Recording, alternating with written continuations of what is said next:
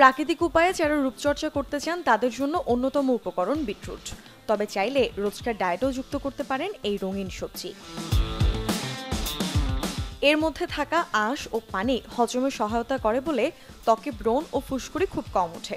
এর vitamin C ত্বকের এবং ফলিক অ্যাসিড চুলের জন্য অনন্য। আবার বিটের গ্লুটাথিয়ন নামের অ্যান্টিঅক্সিডেন্ট লিভারের কার্যকারিতাও ভালো রাখে। চাইলে প্রতিদিন ব্রেকফাস্টের সাথে আধা কাপ পরিমাণে বিটের রস খেতে পারেন। শরীরে আয়রনের ঘাটতি হবে না এবং ত্বক ভেতর থেকে দেখাবে লাবণ্যময়। অনেকেই কালো ঠোঁট নিয়ে থাকেন বিব্রত, চাইলে ঘরে বানিয়ে নিতে পারেন বিটের স্ক্রাবার।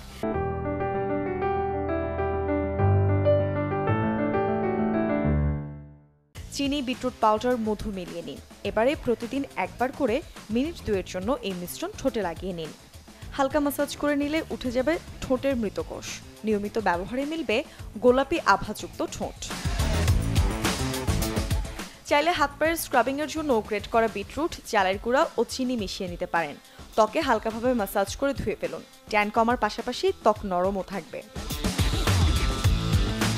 আর মুখের ফেস প্যাক বানানোর জন্য মুলতানি মাটি, হলুদ, মধু, অ্যালোভেরা জেল ও বিটরুটের জুস মিশিয়ে শুষ্ক হয়ে না ওঠা পর্যন্ত লাগিয়ে রাখুন।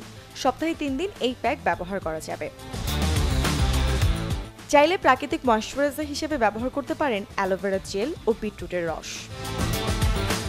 Desk report, channel 24।